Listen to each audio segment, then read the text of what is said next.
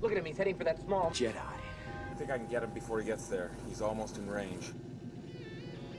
That's no Jedi. It's Ahsoka Tano. My name is Ahsoka Tano. I am no Jedi. I'm no Jedi. You're right about one thing, Captain. We are no Jedi. All right.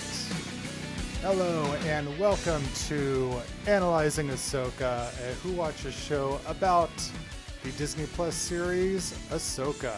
I'm Travis Fishburne, and joining me this week is special guest Grand Admiral Collins. Is how I credited you. It's an imperial rank not many people know about, Yeah. and I found out about tonight. Admiral.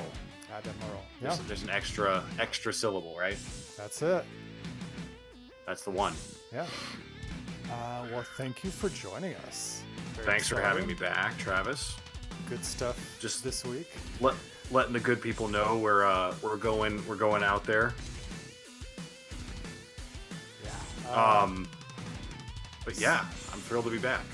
So, what have been your thoughts on the series thus far? So, I awaited Ahsoka because I was really excited about it because unlike the series leading up to this, we've had a little bit of the transition of the animation to live action, and I feel like they've eased us into it. But this is the first time I feel like we have embraced wholeheartedly the legacy of the two big shows, the Clone Wars and Rebels.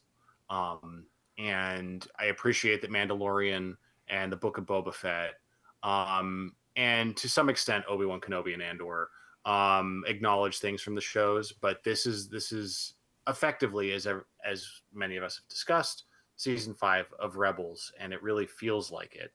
And I like that we have had to work up to reintroducing a lot of these characters. It wasn't all in the episode 1. That would have rang a little hollow. I like that it feels earned. Mm-hmm. Yes, it's taken most of the season to get to this point, and there's only 2 episodes left. But I also don't need this all to be resolved in 2 episodes. I'm okay with that. No, I agree. It doesn't need to be resolved in 2 episodes. I will say, however, every scene we get with Baylan Skull, I am equally thrilled and disheartened knowing that we will not have much of him left. It is upsetting. I'm a big fan of Ray Stevenson, and just coincidentally, not long before he passed away, I had seen. This just happens sometimes. You know how this goes. We both watch a ton of movies, and you just happen to see a string of movies with the same actor in them just by coincidence. You know what I mean? Yeah. And that's always funny when that happens. Like that happened a lot with me with Dan Hedaya one year, and it started to freak me out. Mm-hmm. But he's also really prolific. But I went through that with Ray Stevenson, and it just reminded me how talented he is. And so when I saw he was cast in this, I got really excited. Mm-hmm. If you haven't seen the Scott Adkins movies, The Accident Man and Accident Man 2, they're really, really fun action movies. Go watch them. No, And Ray Stevenson is like his mentor, and it's great. And I love Baylan Skull, and I at least hope, at the very least, we get a novel. Just give us a book. You can always give us a book, That'd be right? nice. Yeah. Novel, comic, and animated series are on the table now. So. Yeah. I'm really curious, it is, I know it's become a little bit of a running joke to this point, like how, we have a lot of these adjacent characters, like Cal Kestis and Ezra, and now Baylan was back there somewhere. But I find it believable because, as we've seen from all these different perspectives of Order 66, it was utter chaos, and the way a lot of the survivors splintered out is believable to me. Mm-hmm. Yeah. You couldn't keep track of everyone. No, and especially this is the most interesting take that I've seen thus far on one of the survivors, because, we just like get into it. He seems to be grasping for what he says is something more. He tells Shin, I'm not training you to be a Jedi. You're going to be something more than that. Mm-hmm. Which opens up a whole lot of questions. He does not claim, Jedi status. He does not want to be part of that. He says that the Empire, like rising and falling and all of these things throughout history, it just happens over again and again and again. And he wants to stop the cycle somehow. Yeah, and I appreciate the general principle of what he's suggesting, but it's so vague still. And I really, as much as I love this character, I'm also a little confounded by him, which is okay. I'm okay with that. But I'm like, what is it you want here, Balin? What is it you want? And I'm cool with him monologuing at all these Stonehenges. Like, I love all these Stonehenges around different galaxies. I love that they went to a completely different galaxy and they landed at another like little space Stonehenge. It was fantastic. They did. And the Stonehenge they landed on, when I saw the opening shot of it, I'm like, just like Minas Tirith from Return of the King. Oh God, so cool, so medieval, like so much high fantasy in this episode, and I loved the tenor of this new galaxy. I love that as soon as we shifted to it, the score was different. I love I mean, there's a lot of justifiable praise this season for the Kiners. Loving the score on the show. I love how diverse it is, how varied it is in style and tempo. And just a quick shout out, Dark Winds on AMC, solid crime show, really, really good. They score that too, and their score on that is fantastic. So they're branching out. If people awesome. Don't know, and would love to see him eventually score. I think the live action movie that Filoni would direct. Oh yeah. So I just love that when we shift into this other galaxy, it already feels like there's almost like a Lovecraftian vibe as soon as you get out there. I mean, the space whales are very Lovecraftian, which I dig. And then we get out there, and then the ring around the planet of the Purgle bones was really, really striking. I really like that detail. Yeah. No. Says that they go there to die, which is an interesting thing. Like, that's true. Like in the animal kingdom, my son is currently really into the wild krats, and so you'll learn a lot about different animals. And a lot of them do have a life cycle where they go to a certain place and they all die there. I'm like, oh, this is found in nature. This is cool. Mm-hmm. It really is, and I like how if you go back a few years ago, when the Purgles debuted in Rebels, even back then, it was a tough pill to swallow for some. It wasn't a tough pill for me to swallow at that point. I was just kind of vibing with all like at that point we'd had World Between Worlds. I wasn't worried about space whales, so I like the way Filoni has expanded the mythology of this world, this universe, without like abandoning the spirit of where it began. And I really like, especially the evolution of the Night Sisters, that we have this other interpretation of the Force and how it's manifested.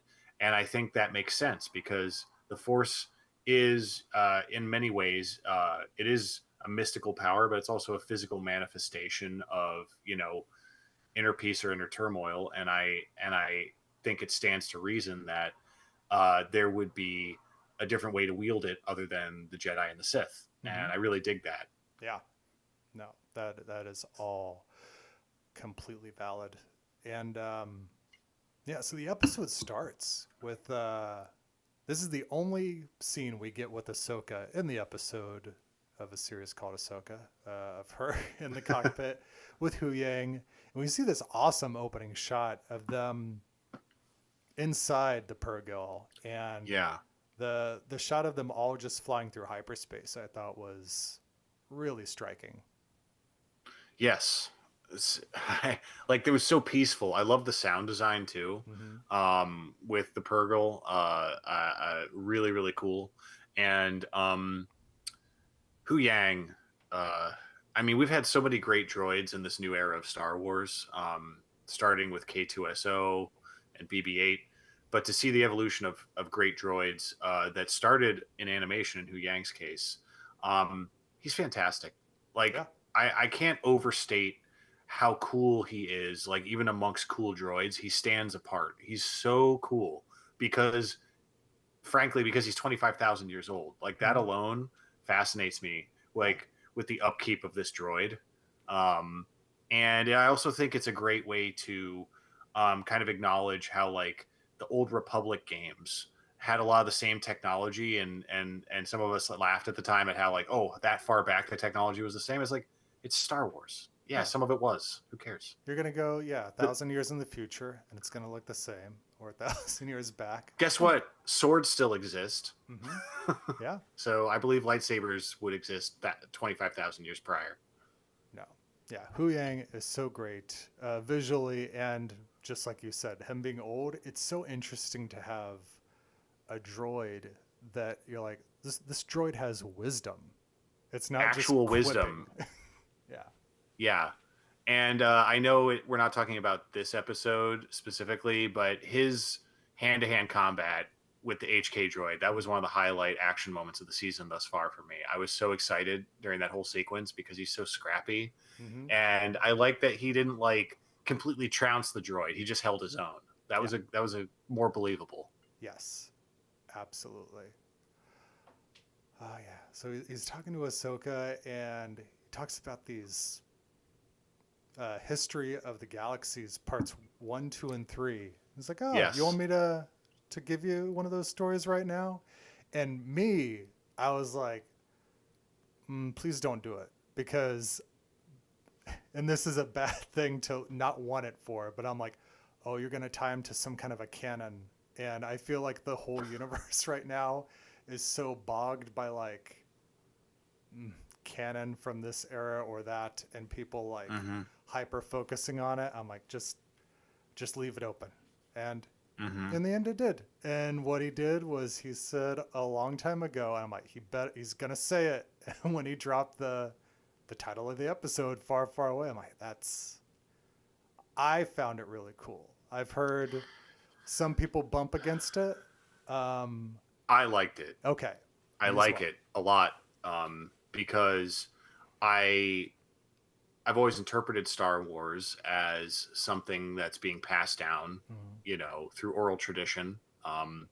And I especially like that Hu Yang would be, one of the purveyors of the history of the galaxy, and I think if you're gonna hear those words out loud in Star Wars, that was the perfect way to do it.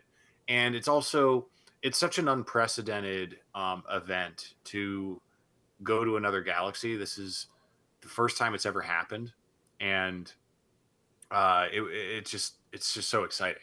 I was on my toes the entire time because I felt like everyone was a little uncomfortable, including Thrawn. I could tell he's been on edge being here this whole time. I'm not trying to jump ahead too much, but yeah. No, it's okay. Well, I mean, the episodes, we just kind of like go all over the place. So if there's anything that strikes your fancy, you just like go for it. But well, yeah. I love that when we get there, the three Night Sisters that are up there in the tower, they welcome Morgan, pretty friendly greeting, all things considered. But I love the line of Shin, just like, more witches. I'm like, yeah, we know. Yeah. We know. We know they're witches. What do Yeah. you think? And I love Just got a thing against I it. love yeah, exactly. I love the way um Sabine has been so cavalier, but not in an off-putting way. I like the way she lets a lot of the stuff that's happening to her roll off her back. And, you know, she's been getting dragged around and all this stuff. And even when the Night Sisters like put her in that little like trap, and like it's honestly, I found that to be really comical, the way she's like shuffled down the stairs with being that little pulled thing by these 3 balls. I'm like, give Sabine a break, which is why I was so happy when she finally gets to like go out into the countryside and the way that was set up. It was really cool. I love this like warrior's code of this planet. Yes. We'll see how far it goes, but I like the way it's set up in this episode. Yeah. And you know, just like you said, like Sabine is exercising so much restraint because we've seen her, like you said, she's been so scrappy and is always the fighter. And so it's taking everything in her to be like, all right, I'm letting this happen. I'm letting this happen. Which is why when the nomads attacked her, I'm like, yeah, Sabine, let it out. Yeah. just murder as many as you can because you've earned this. It's murder like them all. when you watch the John Wick movies, and that's what I'm saying the whole time. Like, just murder them all, murder everybody. Yes, that's what we're here for, John. Yeah, just get to it, okay? But yeah, it was so nice. After seeing Sabine in cuffs for 2.5 episodes, or you know, more or less, to see the promise honored with a twist. But I do appreciate that they, you know, they essentially give her a fighting chance. Like, even if they're gonna like go back on their word by sending Balin and Shin out after them, like that's still like fairly respectable. it you is. know? It's also very trusting of Thrawn and Morgan Elsbeth, because they seem to just really they have a lot of faith that Balin is on their side, and they're just sending him out to do their bidding. And it's like, he clearly has his own ideas, or it seems that way, at least. So it's interesting that they would just let that happen. And there's so many interesting questions about this planet and like the whole situation that Thrawn and Ezra are in and how they got there, which I'm sure we're going to get background on how that all happened, why Ezra's living off in the, you know, the wilderness while Thrawn, whenever they got there, however things went down, he's just kind of like letting it happen. I feel like at this point Thrawn probably sees the wisdom in not directly confronting Jedi or Jedi adjacent people who have those capabilities, because that is something that's not in his purview. You know, I think buddying up with the Night Sisters is him, you know, shoring up his bets, playing it smart, for sure, because he's had his ass kicked a couple times, but I think turning Ezra loose on the planet kind of makes sense, because we can only speculate what happened, but what would he benefit from being like, all right, Ezra, let's fight? like look, if Thrawn can handle himself in a fight, we know this, but if he's fighting Ezra, I would bet on Ezra, even if he didn't have a lightsaber. I'd be like, Ezra can handle Thrawn in a fight. But Thrawn would like be like, there was a situation where Thrawn realized, I can just let Ezra go in this planet, and like I have an entire army and a Star Destroyer. Like, if he tries to like fight me, so be it. But like, if I just leave him alone and he leaves me alone, that's probably what it came down to. Yeah, and like, what purpose would it serve for him to kill him? Because it's like, what? In fact, him keeping him alive is kind of, he doubles his chances of being rescued, because he's like, all right, they're probably looking for Ezra as much as my team is looking for me. So if my team doesn't get to me first, whoever's looking for Ezra, I can hitch a ride there. And both things happen at once. Well, I am fascinated because, I like the attention to detail with just the dilapidation across the board with the Star Destroyer, the Chimera, and with the stormtroopers themselves. Um, and I know there's a lot of discussion around the possibility of what's under these stormtrooper helmets, and maybe it's just really old, tired dudes. Maybe it's the undead. I don't know, but I also just like that whatever's underneath the armor, that we're really playing with stormtroopers in this new era of Mm-hmm. Star Wars, and in the post Return of the Jedi era.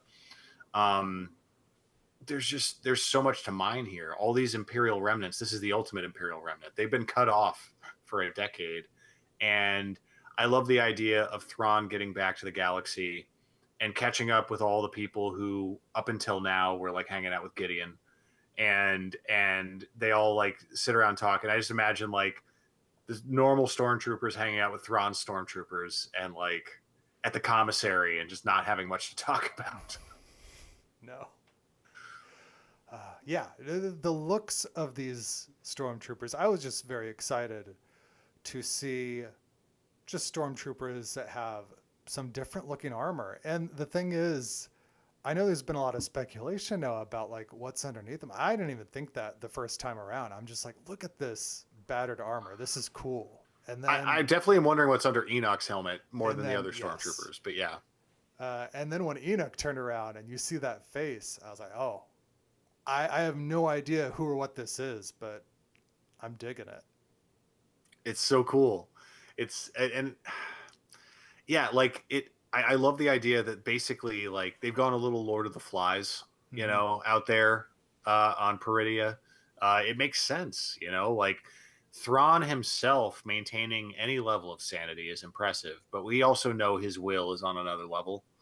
Um, like this is a person who, despite having no way to wield the Force, could his wits are on par with Palpatine and Tarkin and obviously Vader, and that's why he's always been 10 steps ahead. I you know when Littlefinger, like when I discovered Littlefinger in Game of Thrones, he reminded me of Thrawn, and Mhm. then Thrawn came back around on Rebels and reminded me of Littlefinger, and now I just like, I love the idea of the strategist, and the historian, who respects cultures and what came before him, even if it's in service of his own ego. So I love Thrawn. Yeah, he's just such a great character, and that's the reason this character has been around for over 30 years at this point, and people have Hmm. been excited for him to show up in any way, shape, or form after being primarily a book character for the first 25 years of his existence. Yeah, yeah, and I just, so when he showed up, um, I really appreciate the fanfare, both with the score and with the chanting and all that stuff, um, and I I think there's an element to Thrawn keeping up appearances. I'm interested in seeing some of the more quiet, pensive, introspective moments with him that we got in Rebels. Mm-hmm. We would see him in his office quarters sometimes, talking to his, whether it was Rook or one of his other lackeys, just about like what he was going to do. And now Morgan is his current lackey. Um, but I feel like he misses having someone he can monologue to. And I hope next week we get a lot of monologues. Just a flashback over the past 10 years on Prettier with Thrawn, and it's just a montage of him monologuing and monologuing to Enoch, who's just standing there silently. Yes. I also like to imagine that, to keep himself like spry to some extent, Thrawn has gone out there and just like fought the nomads, Yeah. to keep himself, somewhat in shape. Exactly. He's like, no, I'm going out on my own without any weapons or anything. Guys, don't come after me. I'll be back. So, um, something that I really want to see before the end of this season is I want to see some sort of acknowledgement about what Thrawn thinks about Palpatine's downfall. Because I don't know if he knows exactly what's going on. Like, we don't really know where he stands on the status of the galaxy. We have to assume he's been filled in off camera. But even if that's the case, he has to have very strong thoughts on the downfall of the Empire. And I really, really want to hear what he thinks about Vader and Palpatine both being wiped out, because those were two of the fail safes of the Empire, and for them to be gone and him to step up, and he doesn't have any force powers. He's not a space wizard. No, he's just smart. Everything behind him, and it's like he doesn't have any of the magic behind. Well, he's got the Night Sisters. Well, yeah, that's him again. That's him hedging his bets, but him utilizing somebody else. But yeah, that's a really good thought, because what that immediately made me think of when you brought up that, I'm like, oh, it's interesting, because this is Lars Mikkelsen.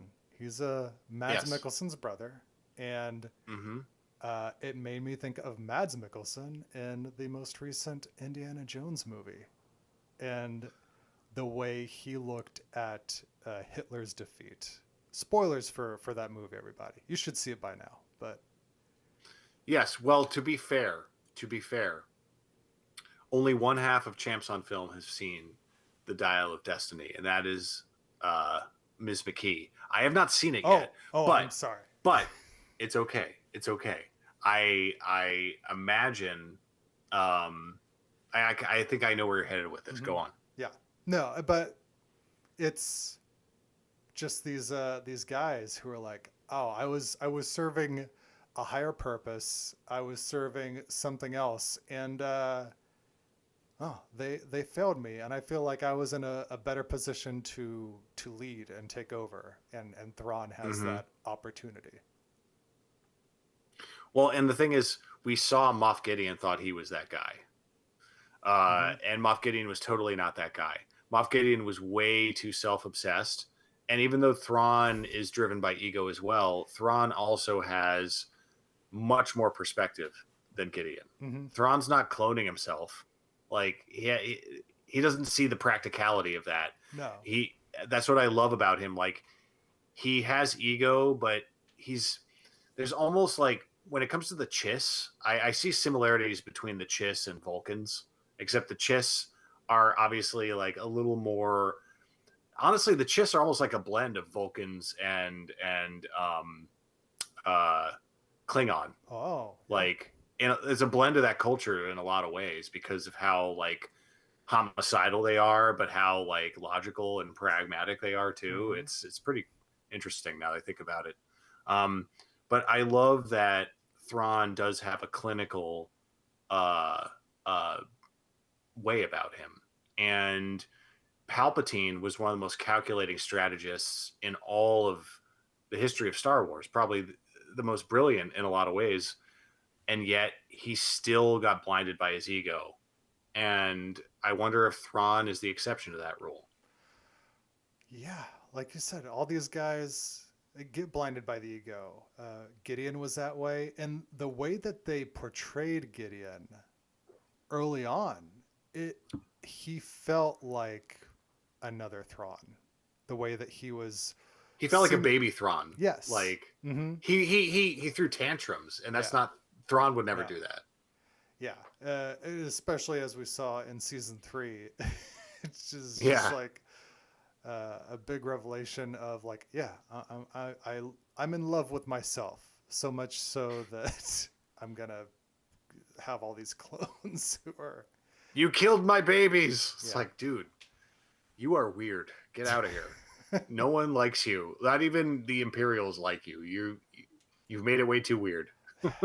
And and at this point, with all of that in clear view in the rearview mirror, I do wish that Gideon had survived. I guess there's a possibility he still could have, but I would have liked to have seen, him and Thrawn square off, and for Thrawn to really put him in his place.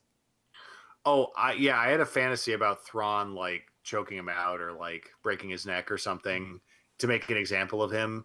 And so for him to get like phasmid engulfed in flames, I'm like, well, sure, fine. Like Yeah. that's okay. But like at the same time, I have the same issue with Phasma's and Gideon's deaths. Just because that whole like disappearing into flames when you're wearing armor, it leaves the door too wide open for me. Like especially in Star Wars when you have like Beskar and Phasma's armor, which we know is like laser resistant. I'm like, well, it's probably fire resistant then, and now I have to just like, unless they're like stabbed or beheaded like on camera, I can't believe they're gone. Yeah. I mean, look at Palpatine, for Christ's sake. Look at Palpatine. Look at Boba Fett. He got vaporized. Yeah. Son of a. Yeah. It speaks for itself. Yes. But yeah, so we got Thrawn, and I love the way that the Chimera, which is his Star Destroyer, shows up, in the way that they're on this platform, and we see it like lower itself onto it. I'm like, that's never thought of doing that was cool. with something. That's very cool. I like the symmetry of that. I like the perspective of it. I think about where we started with Mandalorian season 1 and then seeing a sequence like this and how impressive that growth has been. And and for me, whenever I've heard criticism about like the scale or volume or whatever it is people say about these shows, I really don't mind any. I'm sorry, maybe I'm just being too soft on it. Maybe I love Star Wars too much, but like I really don't care about any of that stuff with these shows. Like the way I see these shows is they're these little corners of Star Wars that we weren't going to get until this era. And so these are basically what we got with the books up until now. Like you and I have talked about this. These shows, Andor, this, Obi-Wan, they all feel like live action adaptations of the novels that I loved when the movies were over. And when Star Wars was effectively over, the books were all we had until the Clone Wars. But you know what I mean? Yeah. Like and seeing that like brought to life in these really expansive ways. That's what I think is so cool about Ahsoka, and that a year ago we were talking about Andor in a completely different way, because Andor is such a dialogue-driven show, more so than any Star Wars story I've ever seen on camera. And I think that's what's so special about Andor. It's so thought-provoking, and then Ahsoka is so thematic and gets into like all these broad concepts and all these really sci-fi things that I love about Star Wars. And so visual, like you said with Andor, it's so much dialogue in each of those episodes. And as I was revisiting this episode, I'm like, whoa, there are so many long stretches where it's just the visual storytelling. Yeah. It's fantastic. Like between the Purrgil and the arrival at Peridia and seeing all the statues of the Night Sisters around, which felt like the Argonath from Lord of the Rings, but like in reverse with like evil stuff. And yeah, when I saw the 3 Night Sisters at the top of the tower, I thought of Clash of the Titans with the Stygian sisters and all that stuff. I love that. I love like that Star Wars continues to embrace that. Like Lucas did it, Filoni continues to do it. Now, when it comes to Baylan, I just wanted to go back to him for a second, because there's just so much, like Filoni's so into his samurai stuff, and I love the phrase "Boken Jedi," which I had to rewind. I was like, "Broken? No, Boken." And then I turned on subtitles. Okay, Boken. Yes, okay. And then I like that, like Baylan's like talking about how, you know, these are Jedi trained in the wild. And it's like, okay, you and Shin aren't Jedi. I get that. But you're doing the same thing, even if it's in the name of something else. Mm-hmm. That's very true. Yeah, there's been a lot of Japanese verbiage being used in this series thus far. Mm-hmm. Yeah, we got all the Thrawn stuff going on, and then he sends Sabine out, like, hey, go ahead, go find your friend. We're just gonna leave you here though, but yeah, you two can be together. That's fine. And they send her out on a howler, which is this. I really like the look of this thing. It was an interesting looking creature. That's it. I was getting just a whole lot of Lord of the Rings stuff from this episode as well, because it reminded me of like a warg almost. Oh yeah. Mm-hmm. Oh, definitely. Yeah. It looked like a warg. It looked like an alligator dog. Like when you first see the thing, you're like, okay, I hope this thing behaves itself, and then of course it ends up like endearing itself to us. That sequence where it's following Sabine around was played to perfection. I really appreciated that. Also, I can't say enough about how much I love the way they're writing and directing Sabine. I think the spirit of that character is so on point, and I really appreciate how much she keeps things in perspective compared to everyone else. And she reminds me of Leia in that way, and Han a little bit, like how they're a little bit more removed from the mystical, and they're a little more immediate. Obviously, as Leia ages, she becomes more in tune with the Force. But when we see her in the original trilogy, like I feel like that's why she and Han bonded, because they're so in the moment. Mm-hmm. But Sabine is just so sharp. And the only thing I want, though, is I want some context for her losing her family, because we have not like dealt with that, and I'm okay with like I can accept those characters dying off camera, but that's her family, and we saw them in Rebels, and that was the last time we saw them, and now like we just know they're dead. So I'm like, what's the story here? Like that must have really messed her up. This is true. It's good questions to have. But to that point, that's why I think she's so committed to Ezra, because her family's gone, and that's why she was like, "This is my ride or die. I will literally give my life to find the last person I consider to be family." Yeah. And whether they end up being romantic or not, I think is incidental. The point is they care about each other, and that's the most important thing. I've always kind of viewed their relationship as more like their siblings. I think so. I think they've left the door open that if like they did a time jump and we found out they had a kid someday, sure, I can accept that. But I don't need to see like a wooing period, right? No. But I believe that like at this point, whatever the context of their relationship is, that moment where they're reunited is so earned. And I love that, like, I'm sitting here watching this and I'm like, these are characters I saw as cartoons, and I'm seeing them reunited as real people, and I'm getting emotional watching it, even though like this is the first time I've seen them as real people. Yes. It's just I can't think of any other situation where I've seen that.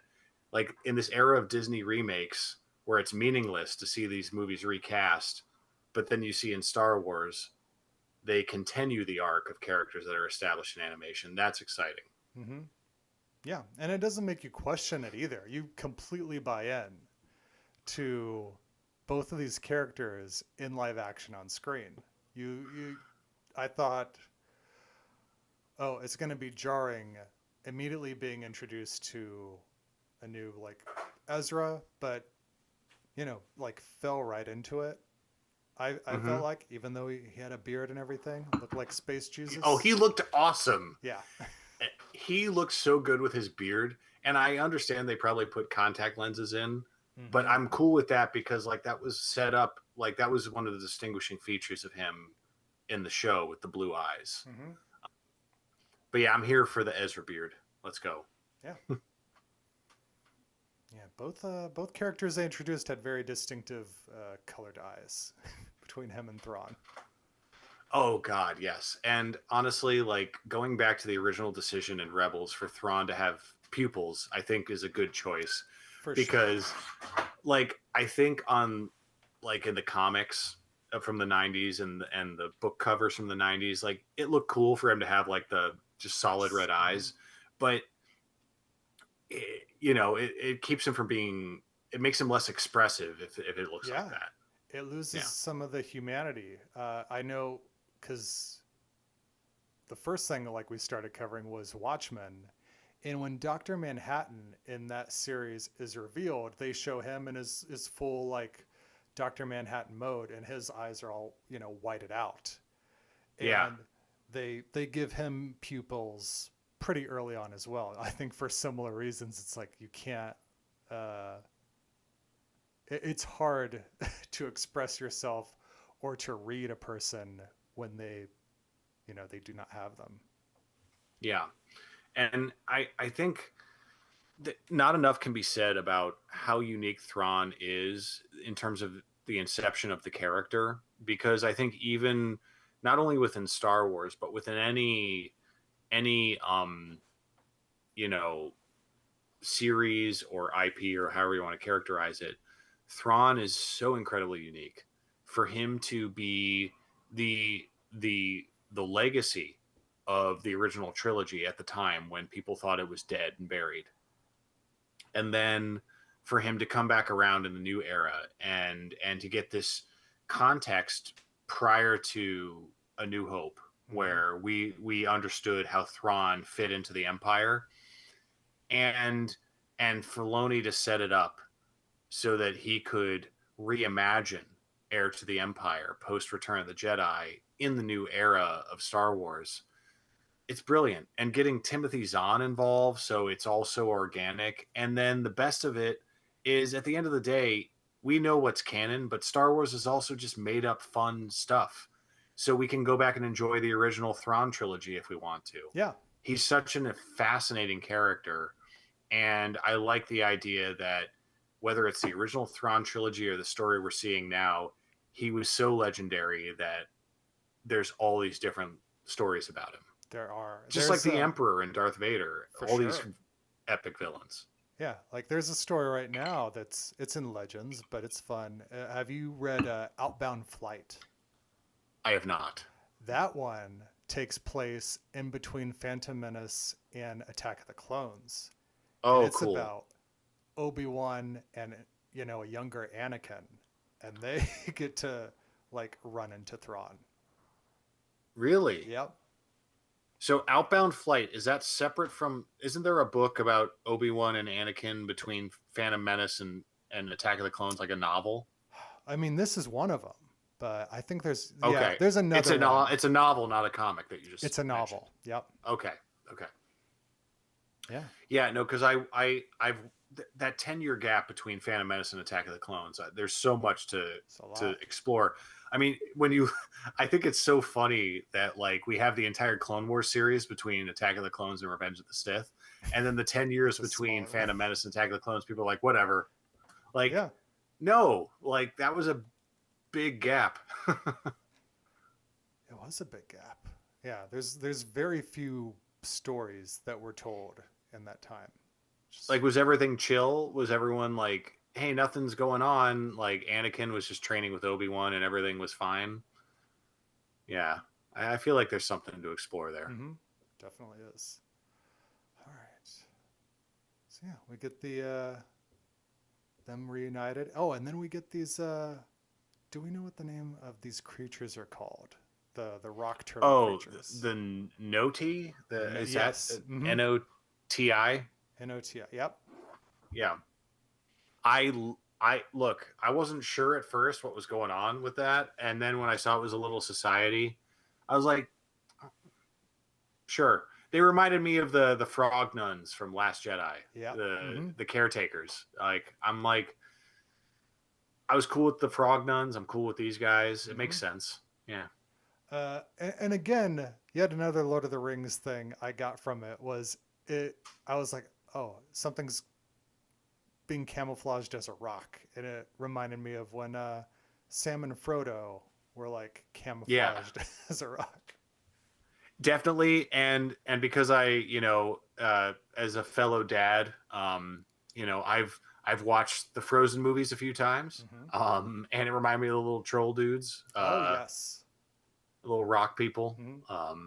But it just makes sense. Like, all right, put yourself in Ezra's shoes. He's been marooned. He's Tom Hanks, and he's out there, and the Noti are his Wilson, and thank God for them, because they actually talk back, and like he learned their language and all that stuff. And I just have so many questions, like Ezra,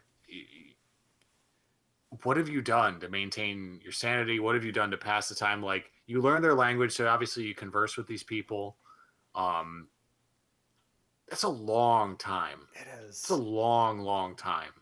And the way he was so chill and nonchalant when he revealed himself to Sabine, I'm just thinking, like, I would not be able to do that. Like, if, it had been a decade since I've seen any person other than this Chiss guy who we were not on good terms with. And I'm like, oh my God, it's a person I know. Oh God. Okay. This is, there'd be a lot of overwhelming emotions. So many. Now I have to ask you this. I knew we weren't going to get any like action in this episode, because like this had a lot of heavy lifting. This was bringing Thrawn and Ezra back. That's a lot to pull off in one episode. But God, do I want to see Ezra throw down.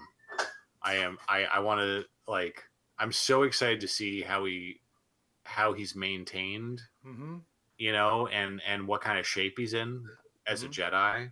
And like, kind of like, what weapon would he use? Because Sabine's got his saber.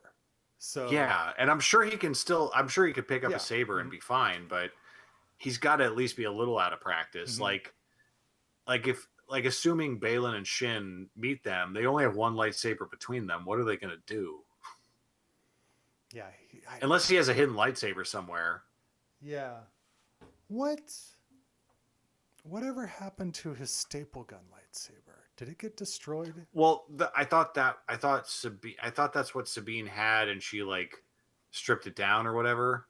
No, she's got the one. It's a different lightsaber. Later. Okay. Yeah. I think maybe the Inquisitor broke it, but I'll get to the bottom of it. The one that was like a blaster and a lightsaber. Yeah. I love that thing. Yeah. Let's see. By the way, love that they had the scars. Oh yeah. Again, with Dave Filoni directing it, I'm not worried about those details. Like, he's not going to let that slide. Oh, here we are. It was it was at the end of season 2. Darth Vader outmaneuvered Ezra and slashed at his lightsaber, destroying it immediately. All right. So Vader destroyed that lightsaber. Right. Who has Kanan's lightsaber, I wonder? All right. So many questions. And then Hu Yang, when he shows up, he's, his specialty was building lightsabers, so just got to wait for him to get there. I loved that moment in last week's episode with Jason and Hu Yang, where he's like, will you train me? No. Do you know how to build a lightsaber?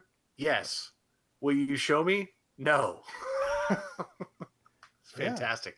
Yeah. It was in keeping with Grogu, with yes, no, yes, no.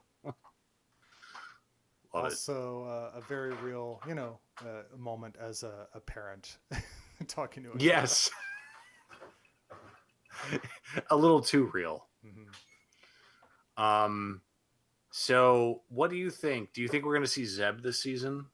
We've gotta, because they made this whole model of a character, and it would be so weird for them to just throw it into The Mandalorian and never. And they're teasing us because Carson's been hanging out. Yeah. And we know Zeb and Carson are tight. So it's like, Where are you, Zeb? Yeah. Like, Well, whenever we join see the him, party. it's going to be because I don't think the next episode, I don't think we're going to get any Jason and Hera action, but whenever we see them, which will most likely be in episode 8, that's when we'll get our Zeb moment, and Zeb will be with them and Chopper, I would guess, in I would some hope way, so. shape, or form. I would hope so. And look, I don't want it to be forced, but someday, Chopper and R2D2 are going to get to hang out, and I am ready. I'm so excited. Mm-hmm. If R5D4 shows up too, I'm going to flip out. Like if The Din trifecta. and Luke and Hera all hang out, and R5, R2, and Chopper are all like just buzzing at each other, I'll be on cloud 9. That'd be great. That'll be in the movie, I guess. Oh yeah, that would have to. And here's the thing, like I'm okay with I don't want them to push the envelope with fake Luke more than they have. Like I think like the Mando episode, the Boba episode, I think they're earned, but I'm good with taking a break from fake Luke. And if you have to use him one more time, save it for the film and make it one scene. Don't make him a character who's in it the whole time, because you can't be sustained. It has to be Don't like put him on the limited to like poster. 10 minutes or less. Yeah, don't put him on the poster. I don't want him on the poster. But did you read Shadow of the Sith? That has been on the docket for a while, but that is one I have yet to read. So I'm about 2/3 of the way through it, and I'm cheating. It's an audiobook, disclaimer. But audiobook's great. All the cool sound effects and the John Williams music. Love it. But what's cool is there's a scene in that and I'm not trying to get into spoilers more than necessary, but Luke communes with Force ghosts that like that is not unlike what we've seen in this season of television. And I would like to see that in live action in some capacity, but do you think they could ever pull off? Let me ask you this. This might be a pushing it. Do you think they could pull off Force Ghost old Luke and Force Ghost young Anakin in the same scene, or would that be too much? I think that's pushing it. Yeah, in the same scene, that would be. I don't know. That's pushing it. The ironic thing is, I could see young fake Luke and young Anakin. But Rise of Skywalker established that old Luke is the Force Ghost Luke, so I don't think they can walk that back. I don't think he can like change his look. No, I know what you mean. I'm just saying timeline wise, if we saw, like you said, in the movie, if we were to see young Luke communing with Force Ghost Anakin, yeah. But yeah, no, the two of them. See, it's like in the announced the movie about Rey that is hopefully, I hope it happens because that sounds awesome. Assuming that happens, she would be someone who'd be in a position to talk to Force Ghost Anakin and Luke at the same time, and that'd be a lot. I don't know if on camera. I think in a book it would make sense, but on camera it'd be a lot to swallow. It, yeah, definitely would. That would be. That's one Force Ghost at a time. I think we've never seen like time. multiple Force Ghosts. I think that would get ridiculous. Yeah, and it would just be so like Luke would be there. He'd be looking over at Anakin like, why does my dad look better than I do? Why? What's this? He died young, and he died in his mid-40s. He looked good. Yeah. Yeah. It's like Luke died in his late 60s. Yeah. For the end of Interstellar, when all of a sudden you got Matthew McConaughey gets to live the dream of seeing his kids grow old and die while he stays the same. Yes, he does. Yeah. Yeah, such a crowd pleaser, that one. So yeah, like in terms of like what's left this season, we have 2 episodes. Mm-hmm. I don't want to speculate too much. But I certainly hope we get to see and I expect that we will get to see Thrawn demonstrate his prowess as a strategist. And I also hope that we get to see Ezra pick up a lightsaber again, because Sabine has been, God love Sabine. She has been stepping up this whole season, putting herself in harm's way. She's been getting her ass kicked and then kicking ass right back. Mm-hmm. Ezra can actually wield the Force. We know that. And I'd love to see him and Sabine team up. Imagine if they're tossing the lightsaber back and forth. Yeah. That'd be so cool. Like, we've never seen that good guys have to share a lightsaber in the same duel against 2 bad guys. That could get pretty awesome, especially if she's like trying to keep them distracted with her guns and stuff. I really want an epic duel, like an epic like 4-way duel next week. Yeah, I think it's very likely we'll get something along those lines, as well as Ahsoka showing up. Oh yeah. Like, the show's called Ahsoka. Yeah, it's so weird. And she was chilling this episode, but look, she deserved it. Like, she and Hu Yang are just sitting there like chilling inside a whale, reflecting on their travels. Mm-hmm. Yeah, I think the next episode, like you said, we're going to get the Baylan Skull and Shin versus Sabine and Ezra to some degree. While I think that'll be, I don't know if that's A plot or B plot, but the other plot is going to be the whales showing up and dealing with Morgan Elsbeth and Thrawn. And I also think they've left the door open for Baylan and Shin, or one or both of them, realizing that the chips are down with Thrawn as an ally, and they might have to make some decisions in the moment, and potential allyship between our villains and heroes is not off the table, because Thrawn is the great equalizer. I'm excited about that. So true. Mm-hmm. Cool. Well, with all of that, Adam, is there anything else you want to talk about with this episode? Just that I'm dusting off my Thrawn book. I'm going to get back into this. I'm so look, I want to go back and watch Rebels. I might curate some of the Thrawn episodes and pick some of the greatest hits. But I'm so back into this. I really hope that we do get the some kind of book at the very least explaining how Thrawn has gotten by this past decade, because that's a long time. I'm sure that's a long time. I'm sure that they have Zahn working on that, or has already done it by now, and they're just waiting to publish. The finale of Rebels was 2018. It's been 5 years. So it was very fitting, I thought, when Thrawn showed up and he said, I just blew myself for the first time in 5 years.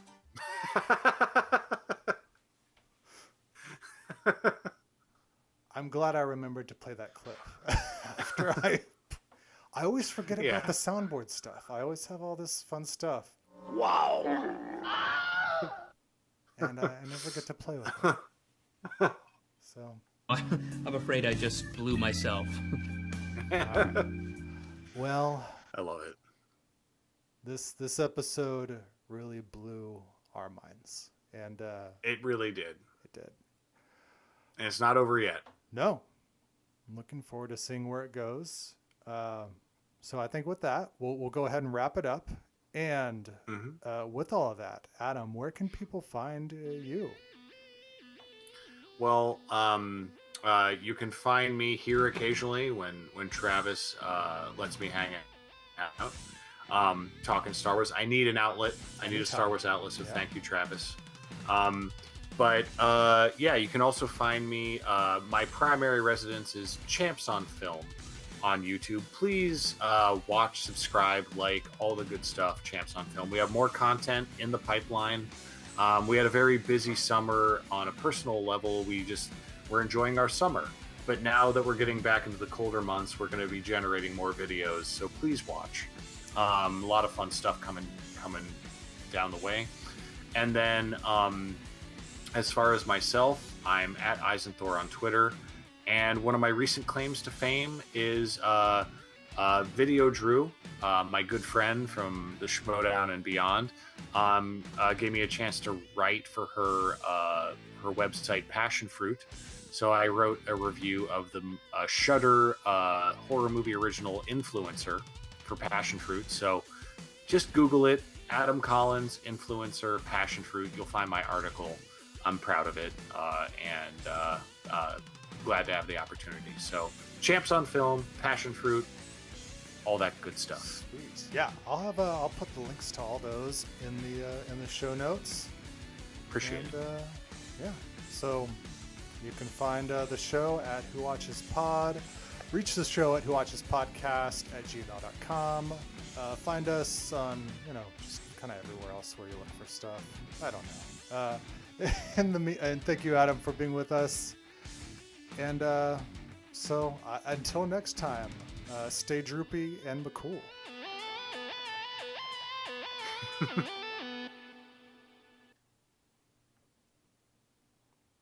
Oh, I ruined the ending.